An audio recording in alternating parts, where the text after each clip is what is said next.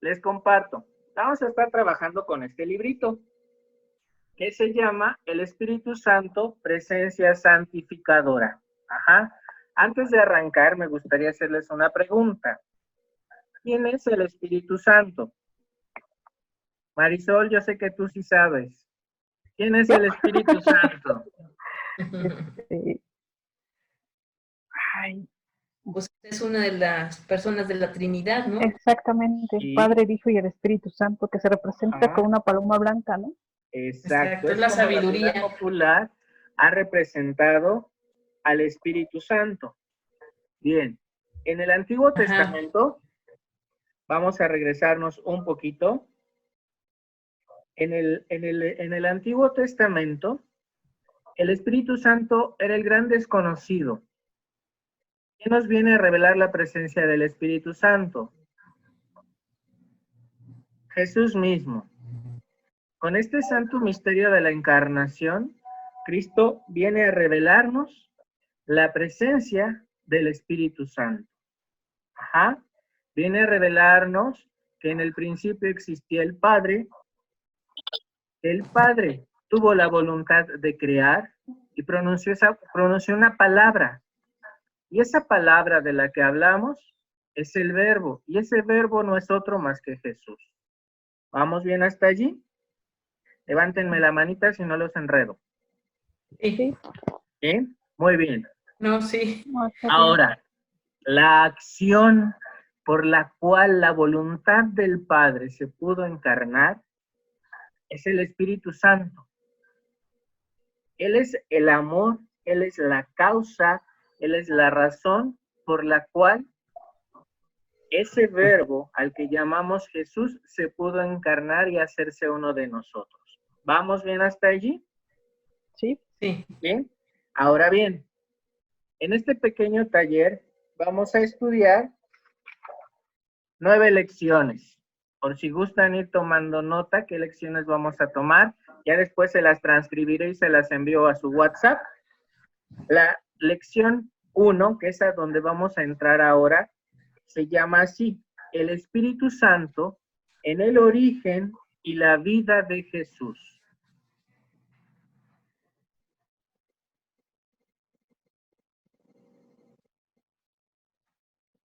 Y allí, nuestro primer temita va a ser precisamente el Espíritu Santo conduce la historia de la salvación hacia la plenitud de Cristo.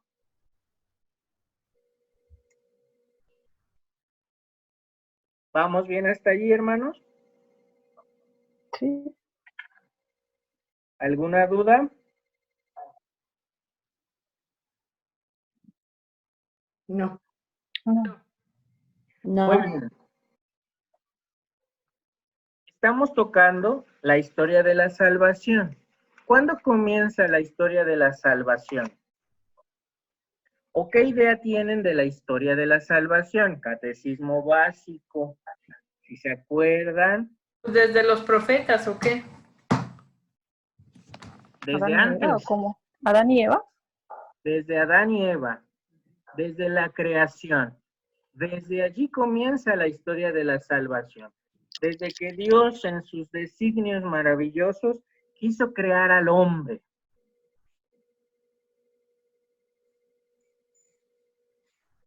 ¿Vamos bien? Sí. Elsa, ¿por qué no se conecta con el audio? Es lo que no sé. De hecho, Elsa y Silvia como que no se han conectado bien. Que le tienen que apachurrar el botoncito, ¿no? Exacto. Pero no sé si nos oigan. Le mandé mensaje, pero no me contesta. Bien. A ver, le voy a marcar a Elsa. Ok.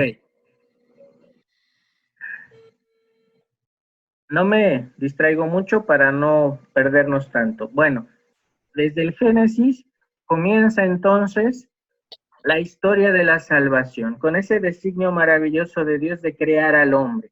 Dice el texto del Pentateuco que Dios quiso crear al hombre a su imagen y semejanza. Primero creó al hombre, Pues a la mujer. Tanto la creación del hombre como la de la mujer vienen a ser precisamente la coronación de toda su creación. Dice el relato, primero creó el cielo, la tierra, el agua, el aire, las plantas, los animales, todo lo que podemos ver y tocar, Dios lo creó. Pero lo creó precisamente para ponerlo a los pies del hombre, al servicio del hombre, y para que el hombre pudiera gobernarlo. Allí comienza la historia de la salvación. Pero después, ¿qué creen que le va a pasar al hombre? Va a caer en la desobediencia y va a ser expulsado del paraíso, del jardín del Edén. Y el hombre va a empezar a vagar. Hablamos que en este periodo hay un divorcio entre Dios y el hombre. ¿Voy bien hasta aquí? Bien. El hombre tiene necesidad de Dios. Dios busca la manera de manifestarse al hombre y de acompañar al hombre en su andanza. A veces va a tardar mucho en dar respuesta a la plegaria del hombre, pero nunca lo va a dejar solo. ¿Vamos bien hasta allí? Sí. Después del recorrido que hace el hombre al salir del jardín del Edén, el Génesis nos presenta la maravillosa historia de los patriarcas. Va a haber por ahí un interludio, va a aparecer la historia de Noé con la purificación del género humano, y vendrá entonces la historia de los patriarcas. El primero, Abraham, nuestro padre en la fe. Abraham va a ser padre de tres grandes religiones: el cristianismo, el judaísmo y el islam. ¿Vamos bien hasta aquí? Ahora, Dios llama a Abraham, lo saca de su tierra y le dice: sal de tu tierra y ve. ¿A dónde? ¿A dónde te diré? No preguntes, simplemente sal de tu tierra y ve. Confía. Aquí está la primera clave.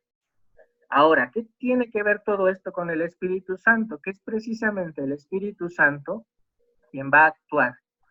Es precisamente el Espíritu Santo quien va a hablar, quien va a convocar a Abraham, quien va a poner en el corazón de Abraham la esperanza y la confianza para decirle a Dios: sí. Abraham sale de su tierra. Va a tener un único hijo en su vejez, bueno, dos, pero uno es el oficial, que va a ser Isaac. ¿Y qué va a pasar con Isaac? Dios le pide: sacrifícame a tu único hijo. Demuéstrame que me amas. ¿Qué hace Abraham? No duda. Y lo lleva al lugar que el Señor le indica para ofrecerle este sacrificio. ¿Vamos bien hasta aquí? ¿Alguna duda? No. No. Siguiente patriarca va a ser Abraham. Perdón, va a ser Isaac. Isaac va a tener unos gemelos, mellizos, Esaú y Jacob. Por tradición se usaba que el pater familias, el padre de familia, el patriarca, le daba la bendición a su hijo primogénito, al primero en nacer. Entonces, Isaac, como es el único hijo legítimo de Abraham, va a recibir la bendición de su padre. Después, Isaac va a tener que darle la bendición a su hijo Esaú, pero ahí viene el truco de la mamá y logra engañar al papá. Y quien recibe la bendición va a ser Jacob. Y con Jacob comienza la historia de las 12 tribus. ¿Qué nos vamos a encontrar en esta historia de las 12 tribus? 12 hijos de 4 diferentes esposas que curiosamente eran hermanas. ¿Vamos bien hasta aquí? Sí. Las 4 esposas de Jacob eran hermanas, de diferente mamá. Sí, Leilita, te escucho. Es que se está intentando meter 2 personas. A ver si les das la aceptación. A ver. Según yo, uno es José Alfredo, pero no sé bien. Alfredo sí está aquí. Entonces, uno de Huawei. Huawei sí está aquí Silvia. también, pero ya los acepté, pero creo que les está costando trabajo. Ok, sigamos. Denme un segundito para ver qué está pasando.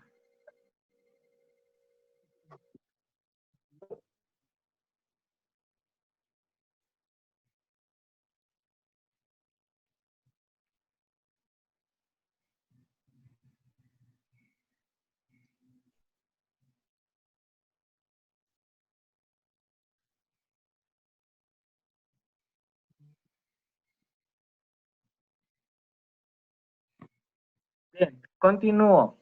Con Isaac viene entonces la historia de las 12 tribus, los 12 hijos. ¿Vamos bien hasta aquí? ¿Alguna duda? No. ¿No? Bien. Las 12 tribus que ya las conocemos, los 12 hijos de Jacob, los hermanos que vendieron al hermano favorito, que era José, que al final les dio de comer en Egipto, y bla, bla, bla. Toda esa larga historia. Y ahí Jacob, ¿a quién le va a dar la bendición? A José. Que no era el primogénito, pero sí era el hijo que nació del amor de Jacob. Bien.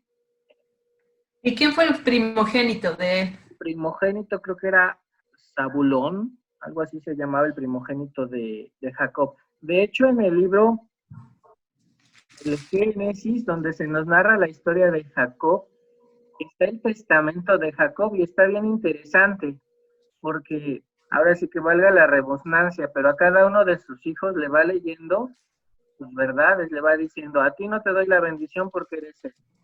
A ti tampoco te doy la bendición porque eres muy altanero, tú porque eres grosero, tú porque eres ladrón, tú porque eres asesino. Y a cada uno de sus hijos le va leyendo la cartilla y le va diciendo sus verdades y el por qué no le da la bendición.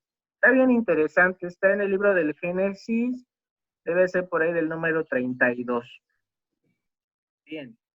Con Pero, José, el pueblo, pero, perdón la ignorancia, pero ¿cómo se veía la bendición en esa época?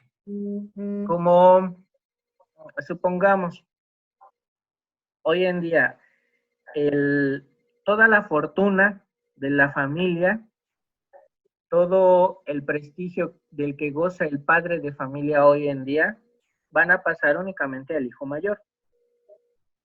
Entonces, yo padre de familia le voy a dar a mi hijo varón, porque si era mujer, la mayor no contaba, tenía que ser varón.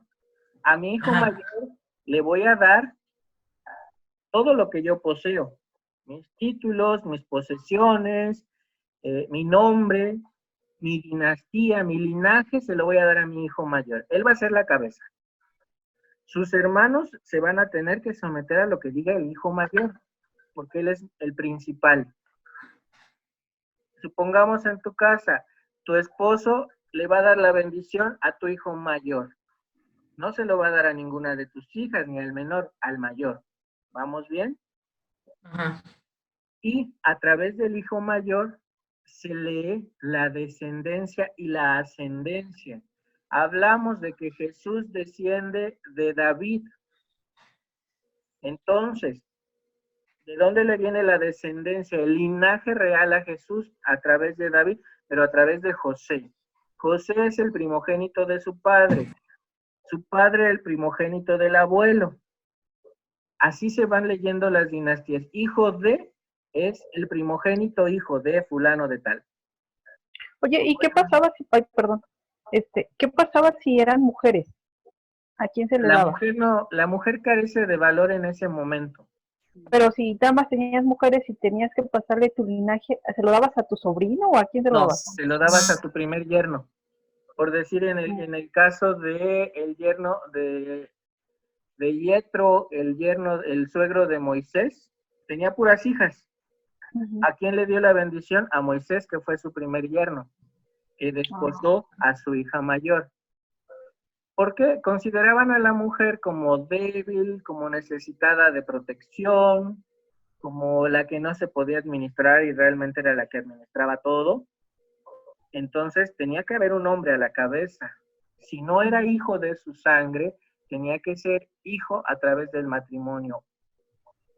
O bien Si no había yerno, si había muerto el yerno, pero la hija tuvo un nieto, pasaba al nieto. ¿Voy bien hasta acá? Sí, gracias. Bien. Ahora, el pueblo, gracias a José, va a caer en Egipto. Va a estar 400 años viviendo en Egipto. Y el faraón, al ver que crecen tanto, ¿qué va a hacer? Los va a esclavizar. Y ahí es donde empieza prácticamente la época entre profética y de jueces. ¿Por qué? Porque Dios va a llamar a un hombre, va a llamar a Moisés. ¿Estamos? El pueblo gime de dolor, y ya está un canto, ¿no? El pueblo gime de dolor, ven y sálvanos, ¿no? ¿Qué va a hacer Dios? Se va a valer de Moisés, al cual va a llamar en el desierto. Fíjense algo bien interesante. Dios va a llamar a Moisés en medio del desierto, a Moisés un pastor que se encontraba pastoreando los rebaños de su suegro, ¿ah? Lo va a llamar a la cima del Sinaí, que es un monte sagrado. Y en la cima del Sinaí le va a hablar. Dice la escritura, Moisés pudo hablar con Dios. A través de la zarza que ardía y que no se consumía, Moisés pudo hablar con Dios.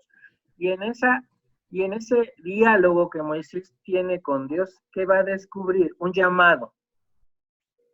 Dios lo está llamando a una misión y lo está enviando a que ve y libera a mi pueblo.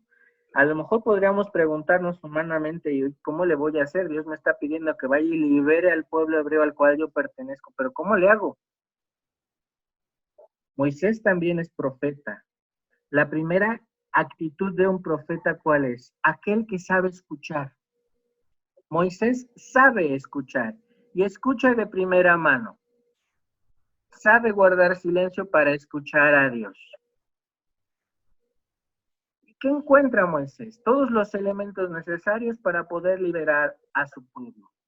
Dios fue guiando su mano. Dios fue guiando su báculo por el medio del desierto para poder liberar al pueblo.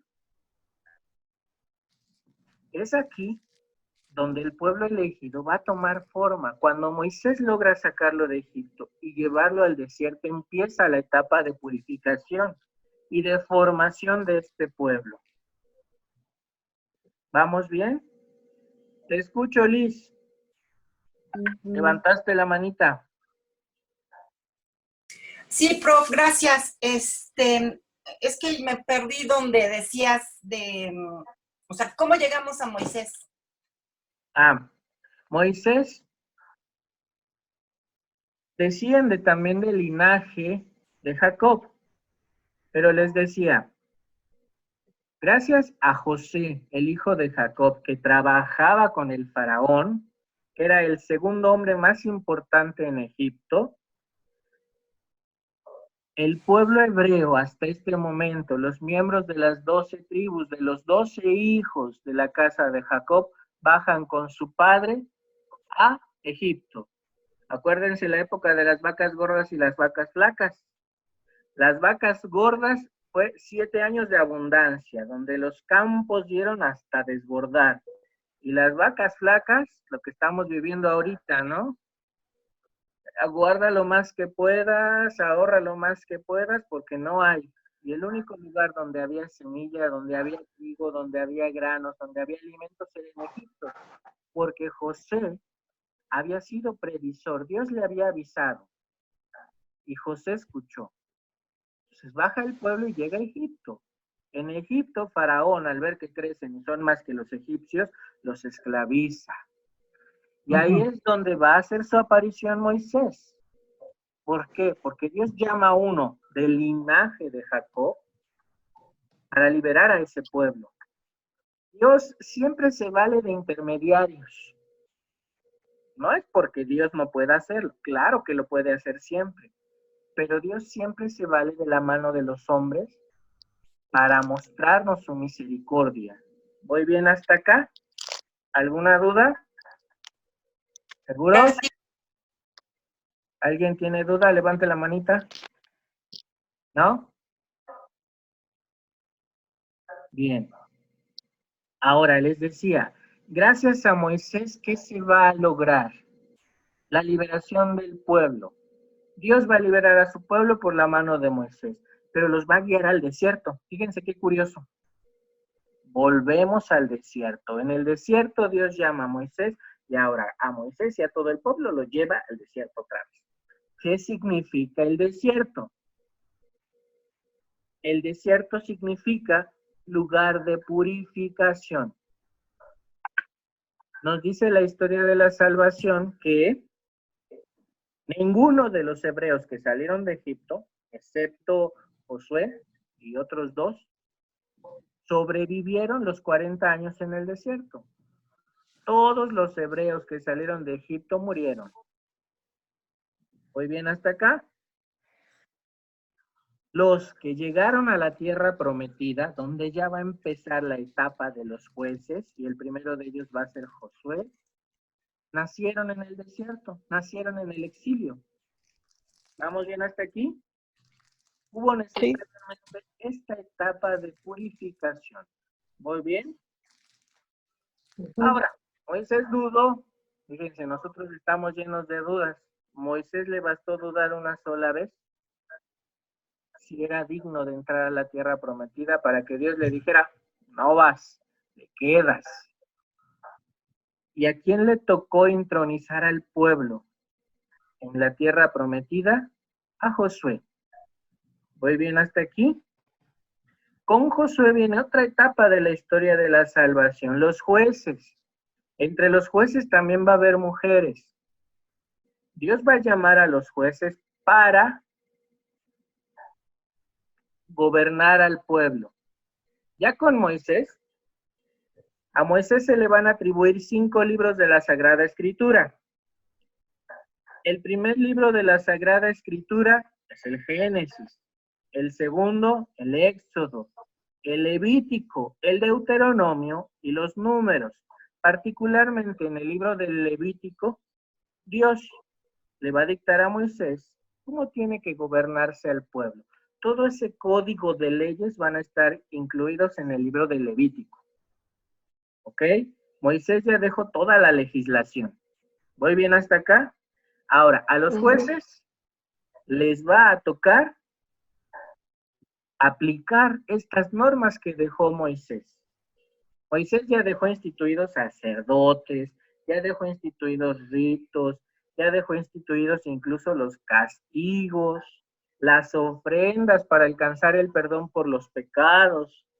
Si un hombre era infiel, ¿qué tenía que ofrecer en sacrificio para alcanzar la purificación, es decir, el perdón de Dios? Y sucesivamente. Todo eso lo deja Moisés en el Levítico.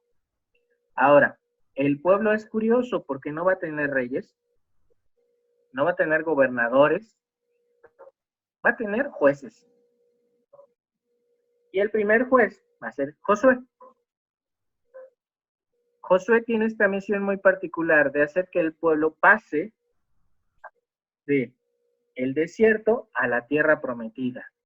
Con la famosa muralla de Jericó. Llegan a Jericó, hacen el cerco, días de oración y el Señor le da en la torre a las murallas, toman la ciudad y se apoderan de las tierras. Y empiezan a poblar la tierra de Canaán, que era la tierra prometida, que dice el Salmo, era aquella que emanaba leche y miel, que no es cierto, ¿verdad? Porque es un desierto, es más árida que cualquier otra tierra, pero es la tierra que Dios le dio a su pueblo. En fin, aquí comienza entonces la época de los jueces. Y nos preguntaremos, ¿y en todo esto qué tiene que ver el Espíritu Santo? Muchas cosas, porque fue precisamente el Espíritu Santo quien fue moviendo a los hombres, quien habló a los hombres, quien inspiró a los hombres que guiaron al pueblo. ¿Quién dirigió la mano de Moisés para escribir las leyes? El Espíritu Santo. ¿Quién le habló a Moisés desde la zarza de viento? El Espíritu Santo. ¿Quién abrió el mar rojo? El Espíritu Santo. Va actuando de una manera silenciosa. En el desierto, el pueblo tenía hambre, Dios le daba el maná para que comiera. Tenía calor, mandaba la nube Es una de las figuras del Espíritu Santo que vamos a ver más adelante.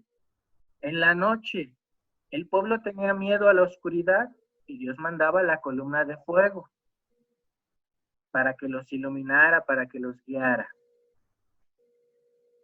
El Espíritu Santo estuvo acompañando el andar del pueblo hasta donde vamos en este momento. ¿Alguna duda? ¿No? No. ¿Seguros? Están muy callados. ¿Ya no te has perdido, Liz? No, muy bien, continúo. Marisol, ¿alguna duda? No, todo bien, gracias. Maestra Carmen. También ninguna, hasta ahí Perfecto. tengo todo claro. Ingeniero, ¿alguna duda? Ninguna. Muy bien. Abogada, ¿alguna duda? No, Muy bien. Hermana María José. Muy bien. Hermana Elsa. Muy bien. ¿Mandé?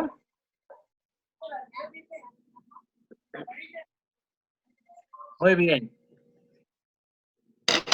Continuamos. En la etapa de los jueces va a ser una etapa muy curiosa. Va a haber personajes bien interesantes, como Débora, como Sansón, que van a ser jueces. Pero fíjense aquí qué curioso. Cuando los jueces gobernaban al pueblo, el pueblo gozaba de paz, de abundancia, de prosperidad, de riqueza. Pero apenas los jueces faltaban, ¿y qué creen? Todo se venía abajo. ¿Por qué?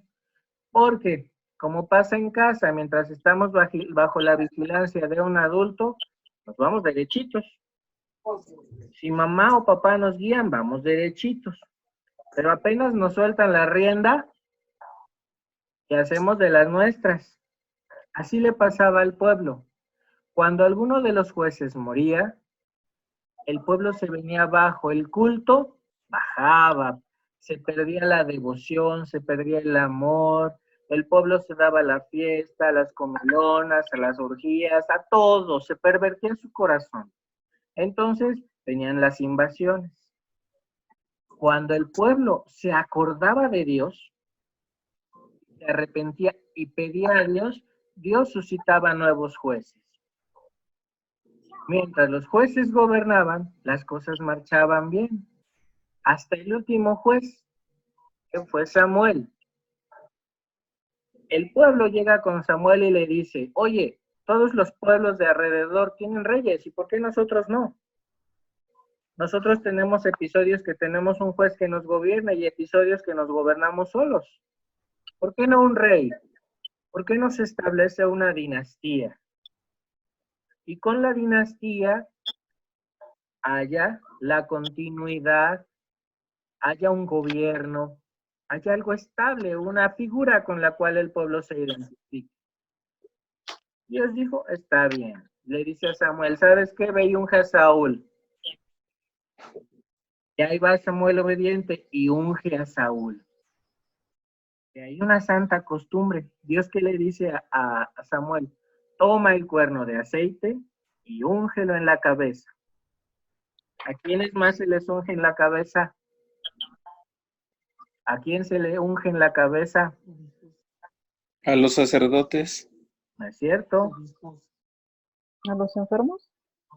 A todos A nosotros. los bautizados. Todos los bautizados, a todos los chiquillos cuando los llevan a remojar en el bautismo, también los ungen. Como sacerdotes, profetas y reyes, con un aceite muy especial que es el Santo Crisma.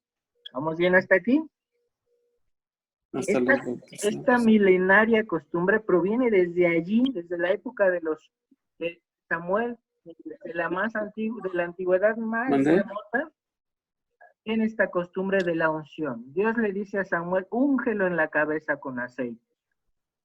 Unge a Saúl. Saúl es infiel y por eso pierde la gracia de Dios. Dios le da la espalda. Y Dios le pide a Samuel, ve y unge a David. Y listo.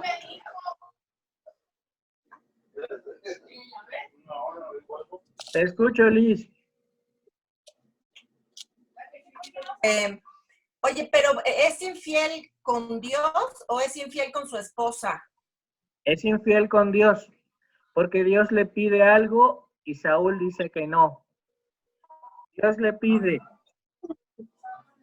Dios lo manda a la guerra y le dice, vas a pasar a cuchillo a todos, hombres y animales. Ajá. Y Saúl dice, no, solamente a los hombres, no a todos. Los más fuertes me van a servir de esclavos. Los animales los quiero para mis ganados.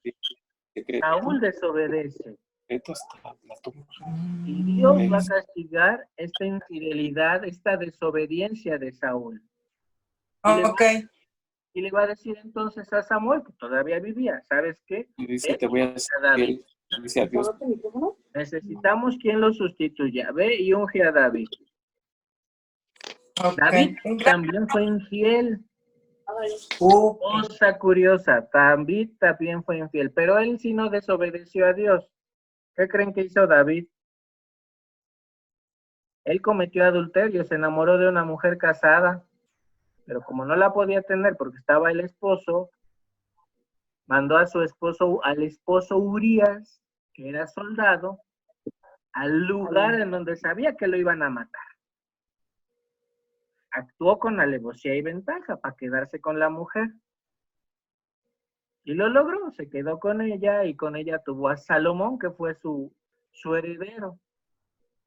Otro rey muy importante. Pero fíjense, cuando Dios le echa en cara su pecado a David, David sí se arrepiente. David sí pide perdón. Y gracias a ese profundo arrepentimiento tenemos el Salmo 50 o 51 que aparece en nuestras Biblias, el famoso Miserere, ¿no? Misericordia, Dios mío, por tu bondad, por tu inmensa compasión, borra mi culpa, lava de todo mi delito, limpia mi pecado. ¿Vamos bien hasta aquí? Sí. Ese Salmo 50, que es de los más hermosos, en la liturgia de las horas lo cantamos todos los viernes, es fruto de la conversión de un hombre que Dios eligió. La época de los jueces, la época de los reyes va a perdurar hasta poco antes del tiempo de Jesús. El linaje va a seguir.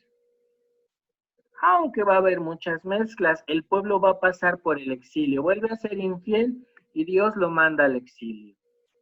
Durante este tiempo va a haber muchos profetas. La primera condición de un profeta, ¿cuál es? Aquel que escucha. El Espíritu Santo habla. El hombre, ¿qué tiene que hacer? Escuchar la voz del Espíritu Santo, escuchar a Dios. ¿Voy bien hasta acá? ¿Alguna duda? No. Después de que escucha, el hombre entra en el discernimiento, es decir, elegir, decidir. ¿Qué es lo que me está pidiendo Dios y cómo voy a actuar? ¿Voy bien hasta allí? ¿Alguna duda? Y ya después voy a actuar. Después voy a denunciar, ya que escuché, ya que hice oración profunda, voy a entonces a hablar, voy a denunciar ahora sí lo que está mal. Se dice que los profetas cuando eran llamados entraban en un conflicto interior muy fuerte. Y la primera pregunta que se hacían es, ¿por qué a mí? ¿Por qué quieres que yo vaya? ¿Por qué quieres que yo hable? Muchos profetas le dijeron al Señor, Señor, ¿qué quieres de mí? Mira, soy un muchacho, diría Jeremías. No sé hablar. U otro como Isaías diría, soy un hombre impuro de labios impuros. ¿Vamos bien? Sin embargo, ¿quién los hace dignos? Volvemos al inicio, el Espíritu Santo. ¿Vamos bien hasta acá? Sí. La figura de los profetas entonces es tan importante. ¿Por qué? Porque los profetas son los que le van a estar recordando a los hombres sus constantes infidelidades. Hoy ya no tenemos profetas como en el Antiguo Testamento. ¿Podemos escuchar la voz de nuestros pastores? Sí, debemos. Lo que dice el Papa, lo que dicen los obispos, que a veces no es muy acertado, pero son nuestras autoridades y tenemos que escuchar y obedecer lo que ellos nos indican. ¿Voy bien hasta acá? Lo más importante, tenemos a Jesús, tenemos el Evangelio, tenemos la voz de nuestra conciencia, que es la que nos está recordando constantemente nuestras faltas. ¿Voy bien hasta acá? Ujú. ¿Y listo? Ay, perdón, prof. Los profetas son los que, ¿qué? Al pueblo. Le recuerdan sus pecados, así como la prefecta de mi escuela. Ah, ok. Son los que nos dicen en lo que estamos fallando. ¿Vale? Okay. Chipi, gracias.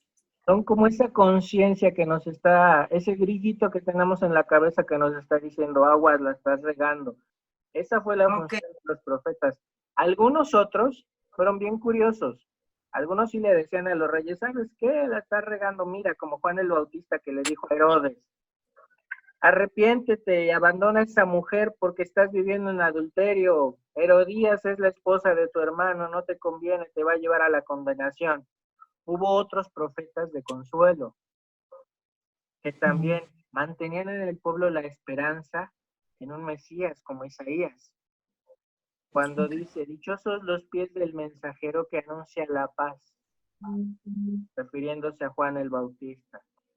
O el mismo Isaías diciendo, y he aquí una señal, una virgen concebirá y dará a luz un hijo. La señal de que el Emanuel llegaría. ¿Quién es el Emanuel? Jesús. ¿Vamos bien hasta acá? ¿Sí? Sí. ¿No se han perdido? Sí. ¿Dudas hasta aquí? No. ¿Seguros?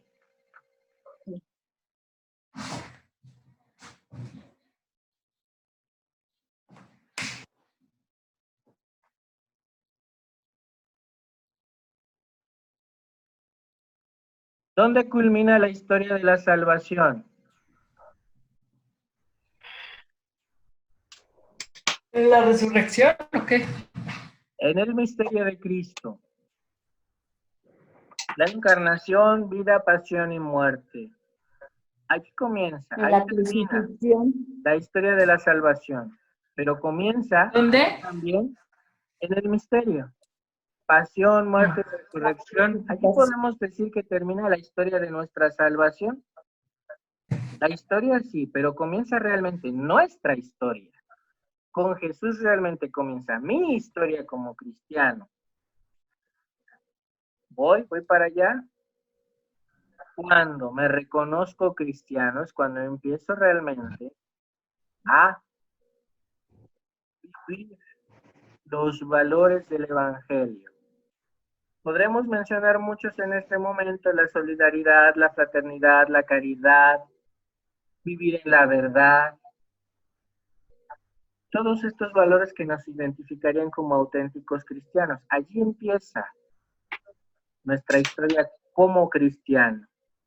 Mi propia ¿Dónde? historia va a tener sentido a partir de Cristo. ¿Muy bien?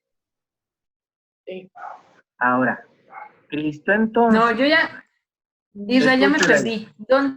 ¿Dónde empieza nuestra historia? A partir de Jesús. Mi historia personal como cristiano, tu historia como Laila, como Pedrito, Cuando nos como bautizamos. Marisol, como Rocío, María José, va a empezar a partir de Jesús, va a empezar a partir de este encuentro profundo que tengo con la persona de Jesús. Ahí empieza mi historia de la salvación. ¿Estoy bien?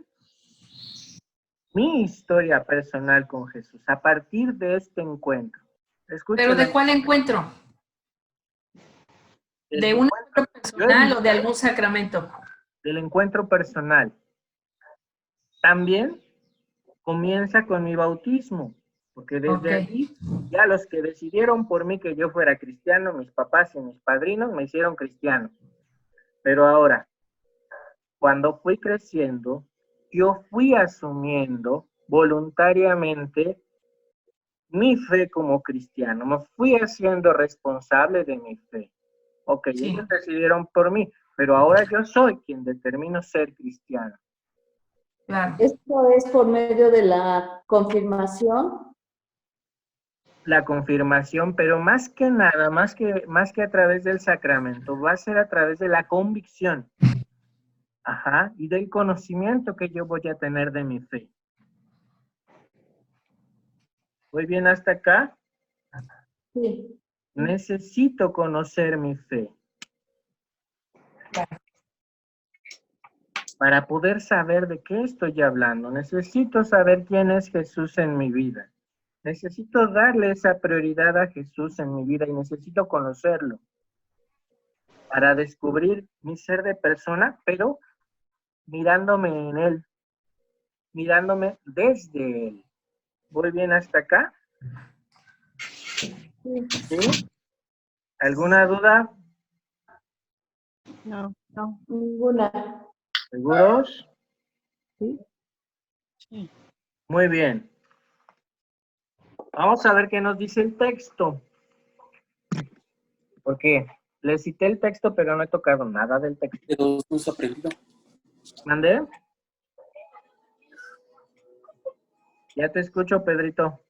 ¿Sí me escucha? Ah, es que estaba no sé qué pasó, no se escuchaba el micrófono. ¿Ya ahora sí? Ajá, ya. Solo María ¿Ya se José no me escucha? deja escucharla. Ah, bueno. Ella tiene apagado su... Ya lo encendió. Ya. Muy bien. Voy a continuar. Dice, el Espíritu Santo en el origen y la vida de Jesús. Si hiciéramos una encuesta rápida y sencilla entre muchos cristianos sobre la identidad y presencia del Espíritu Santo en Jesucristo, en la iglesia, en los cristianos, quizá descubriríamos cosas sorprendentes o no del todo acordes con la fe cristiana. Quizá para algunos, el Espíritu Santo es una especie de energía positiva. Entonces es un espíritu. ¿Qué es un espíritu? Una energía. ¿Qué es un espíritu? Algo que no puedo ver, que no puedo tocar, que sé que existe, sé que está. A lo mejor tengo la experiencia de, pero mis sentidos, mis 5 sentidos, no lo pueden captar. ¿Voy bien hasta acá? El Espíritu Santo solamente va a ser perceptible a través de mi experiencia de fe. Y aquí entra en un campo un poco escabroso, pero fuerte. Necesitamos hablar de una experiencia de fe. Bien. Decíamos, para algunos entonces es una energía positiva, porque el Espíritu Santo jamás va a buscar el mal, ¿verdad? Que viene en nuestra ayuda. Para otros sería una fuerza espiritual que recibimos para superar nuestra debilidad humana. Para otros, el Espíritu Santo es la palomita blanca que aparece el día de Pentecostés. Para otros son las llamas de fuego que aparecieron sobre las cabezas de los que estaban en Pentecostés. Para otros más será la suave brisa que experimentó Elías en la cima del monte. El Espíritu Santo tiene muchas formas, tiene muchas figuras. Estas respuestas y otras parecidas, ¿qué reflejan? Reflejan una situación que parece bastante extendida entre los cristianos. No sabemos qué es verdaderamente el Espíritu Santo. Podríamos decir románticamente o bíblicamente más bien, el Espíritu Santo es amor. Es una respuesta correcta. ¿Por qué? Porque Dios sí es amor y el Espíritu Santo es Dios. ¿Voy bien hasta aquí? Sí. Ahora, podemos decir que no sabemos verdaderamente quién es el Espíritu Santo, porque es un misterio inagotable. Nosotros solamente nos podemos asomar a lo que es, a quién es el Espíritu, pero jamás lo vamos a conocer en toda su plenitud. Solamente nos vamos a acercar a la persona del Espíritu Santo. ¿Cómo vamos a conocer al Espíritu Santo? ¿Cómo nos vamos a acercar a Él? Identificando cuál es su misión, cuál es su Por los origen. actos de fe, ¿Bandera? por los actos de fe. Los actos de fe nos van a decir quién es. Los actos, la forma en la que el Espíritu Santo ha obrado a lo largo de la historia, nos van a decir también quién es. Todo esto que hicimos en breve, todo este recorrido de la historia de la salvación, nos dice cómo ha actuado el Espíritu Santo, sí. Nos da una idea de cómo es Él. ¿Cuáles son las intenciones del Espíritu Santo? También. ¿Cuáles son las intenciones del Espíritu Santo? Simple y sencillamente, hacer que el hombre vaya a Dios. Es la intención del Espíritu Santo, llevar al hombre hacia Dios. ¿Voy bien hasta acá? Por eso, en las unidades didácticas que vamos a ver, que están dedicadas al Espíritu Santo, nos vamos a esforzar por descubrir, por asimilar y profundizar que Jesús es el Mesías. Es lo que vamos a reafirmar. El Espíritu Santo nos va a llevar de la mano para que concretemos en nosotros esta idea de fe. Jesús es realmente el Mesías. Y podamos decir con certeza que creemos en Jesús, como dice el Shema, con toda nuestra mente, con todo nuestro corazón, con todo lo que somos. Así vamos a creer en Jesús. Cada cabello de nuestra cabeza, cada célula de nuestra piel está realmente convencida que Jesús es el Mesías, que Jesús es Dios. El Espíritu Santo nos va a ir empujando a hacer esta afirmación. ¿Voy bien? ¿Eh? Sí. Bien. Para ello, ¿qué vamos a necesitar? Constatar, tener la certeza de que el Espíritu Santo es la omnipotencia del amor con que Dios crea. ¿Qué es lo omnipotente? Palabra dominguera, ¿qué es omnipotente? Lo más poderoso. ¿Lo más Lo que es lo que es poderoso en todos lados, lo más lo poderoso. todopoderoso. No hay nada poderoso más grande que ello. El Espíritu Santo es así. Es omnipotente, es todopoderoso. ¿Vale? Ahora, con esa omnipotencia, Dios crea. Cuando releamos, ahí les dejo de tarea releer el relato del Génesis, sobre todo el primer capítulo. Al inicio siempre dice, dijo Dios, sepárense las aguas. Y dijo Dios, haya estrellas. Y dijo Dios, broten animales. Pero cuando llega al hombre, fíjense que hay algo bien interesante, dice, hagamos. Ya no habla en singular, ya habla en plural. Hagamos. ¿Quién es? Ya está presente el Padre. Yo le llamo así. Y ahí me someto a lo que digan los teólogos más brillantes.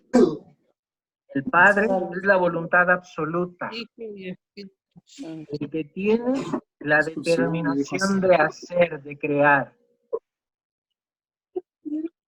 El Espíritu Santo es la acción por la cual se cumple esa voluntad del Padre.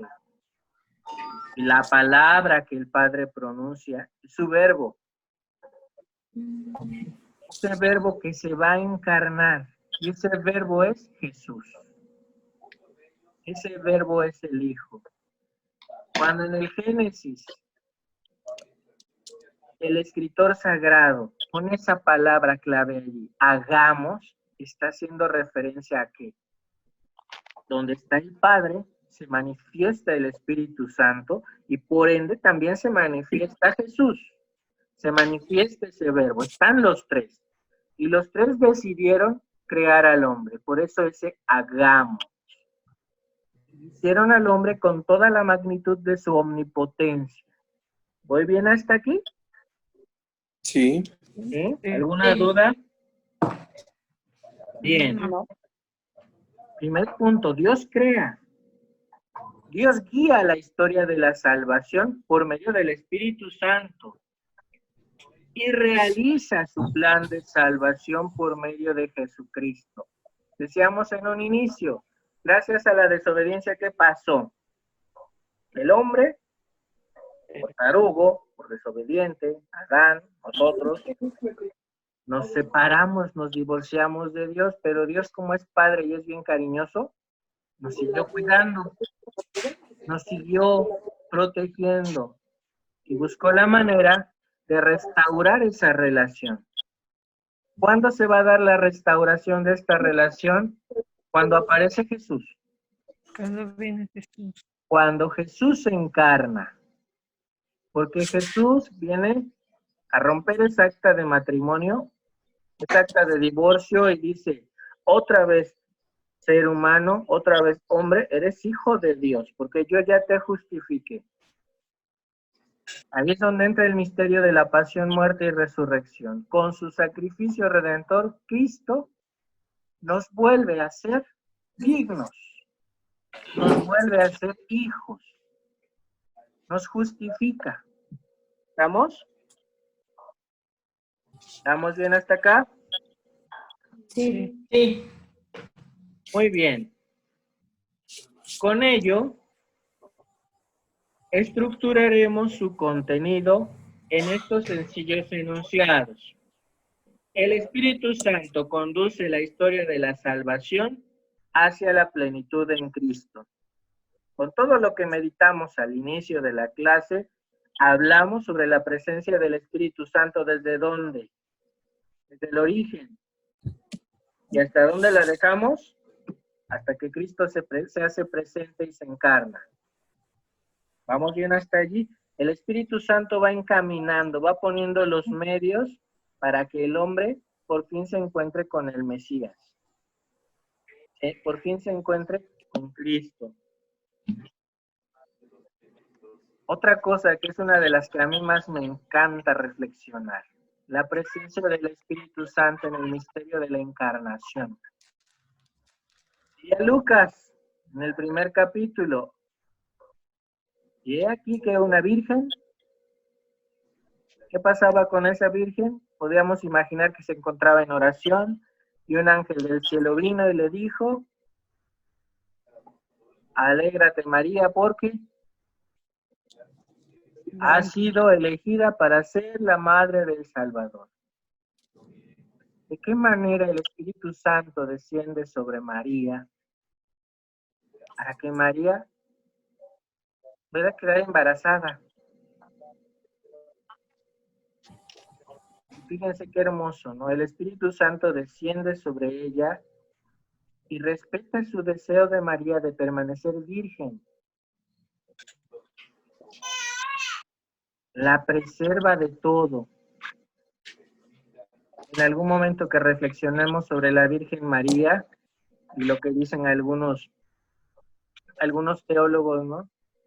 De que si María iba a ser la madre de Dios, lo menos que podía preparar Dios era una mujer sumamente pura. Y este es uno de los argumentos por los cuales se proclamó el dogma de la Inmaculada Concepción. María preservada de todo pecado. Es decir, si Dios se iba a encarnar, Dios que era Dios, se iba a encarnar, iba a tomar carne en una mujer, esta mujer tenía que ser selecta, tenía que ser grandiosa, purísima. Por eso eligió a María. Y aquí es donde vamos a reflexionar sobre esa parte. Cómo el Espíritu Santo actúa en María. ¿Vamos bien? Después, ¿por qué es importante la presencia del Espíritu Santo en el bautismo de Jesús? Ahí a lo mejor los hago entrar un poco en conflictos. Bueno, Laurita ya me conoce, Liz también. Rocío también y Pedrito, ¿no? Que de pronto los hago entrar en conflictos. Pero después los saco. A saber. Porque es interesante. Recordemos que Jesús es al mismo tiempo Dios y hombre. Es el único ser que ha existido y que existirá que va a poseer estas dos naturalezas. Estas dos sustancias de ser Dios y hombre. va a ser precisamente en el bautismo del Señor, cuando el Espíritu Santo le revele su misión al hombre. Cuando el Espíritu Santo pose totalmente en el hombre, porque Dios ya estaba. Diría Pablo, Jesús jamás se despojó de su dignidad de Dios. Sin embargo, la dejó guardadita tantito porque quiso asumir la del hombre. Pero estuvo presente en él. ¿Voy bien hasta acá? ¿Sí? Luego, ¿cómo el Espíritu Santo ilumina a Jesús en las tentaciones que nos va a narrar el Evangelio de San Mateo? ¿Tienes duda, Liz? Sí, a ver, otra vez, es que me emociona mucho. A ver, cuando va a bautizarse, ahí Sí. es cuando el Espíritu Santo le revela que es Dios o que es humano. Él ya sabía que era Dios. Ajá. Pero ahí es donde Jesús se va a manifestar plenamente quién es Jesús. Acuérdense qué ocurre cuando Juan remoja a Jesús en el Jordán. ¿Qué va a aparecer? Una paloma. El bautismo, Y se es posa el bautismo sobre de los Juan hombros de sobre... Es el bautismo de Juan sobre Jesús. Sí. Entonces, cuando Juan bautiza a Jesús, una paloma se posa sobre su cabeza. Y una voz del cielo, dice el Evangelio, se abren los cielos y una voz dice, lo señala, este es mi hijo en quien he puesto mis complacencias. Se autorrevela el misterio. Se manifiesta quién es Jesús realmente. ¿Voy bien hasta acá? Ahora, Gracias. retomo esta parte. Jesús es al mismo tiempo Dios y hombre. Jesús tenía que probarnos. Bueno, se oye feo el decir tenía que probarnos, pero Jesús también probó la tentación. Porque si Él nos estaba enseñando el camino, si Él nos iba a decir cómo, tenía que experimentar y experimentó todo menos el pecado. Porque jamás se consintió pecado. Fue tentado, como somos tentados muchas veces nosotros. Pero no se permitió la tentación, no se permitió caer. Mateo nos hace la narración de las tentaciones que Jesús pasa en el desierto. Cómo el demonio lo tienta. Con las cosas más comunes. Poder, comer, placer. Y a todas ellas Jesús se defiende. ¿Y quién lo ilumina? El Espíritu Santo. ¿Quién actúa? El Espíritu Santo. Y es precisamente lo que vamos a reflexionar en ese pequeño apartado. ¿Muy bien? Sí. Luego, ¿cómo el Espíritu Santo va guiando la mano de Jesús durante todo su ministerio? Los que tomaron conmigo el libro de El seguimiento de Jesús, reflexionamos sobre las parábolas, reflexionamos sobre los milagros. Y realmente, ¿quién actuaba con Jesús allí? El Espíritu Santo. Cuando hablábamos de los milagros, ¿se acuerdan que decíamos? Yo siempre hacía referencia a 3 tipos de milagros. Los milagros que Jesús hacía por propia voluntad, porque él quería hacerlos. Los milagros que le robaban. Y los milagros que le pedían. Uno de los que él quiso hacer por propia mano, la resurrección de Lázaro. Nadie se lo pidió, él quiso resucitarlo. La hemorroísa es un milagro robado, porque ella tenía vergüenza, se sentía sucia. Y se dijo para sí, con solo tocar el borde de su manto, quedaré limpia. Y dicho y hecho, a espaldas de Jesús fue y tocó el manto, y ella misma narra, al momento que tocó el manto, sintió que algo se secó dentro de ella. Jesús la curó de sus constantes hemorragias. Los milagros que le pedían, todos aquellos enfermos que pedían que los curara. El leproso que nos narra el Evangelio de Mateo en el capítulo 8, donde el leproso le dice, Señor, si tú quieres, puedes curarme. U otro leproso que le dice, Señor, tú puedes curarme, cúrame. Vale. ¿Vamos bien hasta acá? Sí. Sí. Y Habla tu mamá. después nos vamos a encontrar el Espíritu Santo en la transfiguración de Jesús. ¿Se acuerdan lo que ocurrió en la transfiguración? Jesús llevó a 3 de sus discípulos a la cima del monte Tabor y sí, se transfiguró en su presencia. ¿Qué hace Jesús? Allí manifestó toda su divinidad. Se autorreveló para ellos como Dios. Jesús en medio, a un lado Elías y al otro lado Moisés. Moisés representa la ley y Elías a los profetas, los dos grandes pilares de la tradición judaica. Y al final, ¿cómo el Espíritu Santo actuó en la Pascua? Este misterio pascual, cómo el Espíritu Santo nos va llevando del pecado a la vida. ¿Vamos bien hasta aquí? Sí. ¿Sí? ¿No tienen dudas? No, otra vez yo, profesor. A ver, cuando se va y que tiene la transfiguración Jesús, Ajá. Moisés representa las leyes Ujú. y Elías A los representa... profetas. Ok. A los profetas. Son los dos pilares de la tradición judaica. Moisés, la ley y los profetas. Ok. Todo en el pueblo judío va a girar en torno a lo que dice la ley y lo que dicen los profetas. ¿Vamos bien hasta aquí? Sí. Sí. Bueno. ¿Les va gustando lo que vamos reflexionando? Sí. ¿Algún Sí. comentario? No. ¿Seguros? Sí. Bien. Sí. Pues bueno, el día de hoy creo que hemos avanzado bastante. Vamos a dejar hasta aquí nuestra sesión. Les voy a dejar una tareita. Bueno, 2. La primera es hacer mucha oración al Espíritu Santo. Cuando tengamos nuestras vigilias de adoración, nuestros momentos de oración ante Jesús sacramentado, recordemos, no solo es Jesús, están los 3. También está el Padre y también actúa el Espíritu Santo.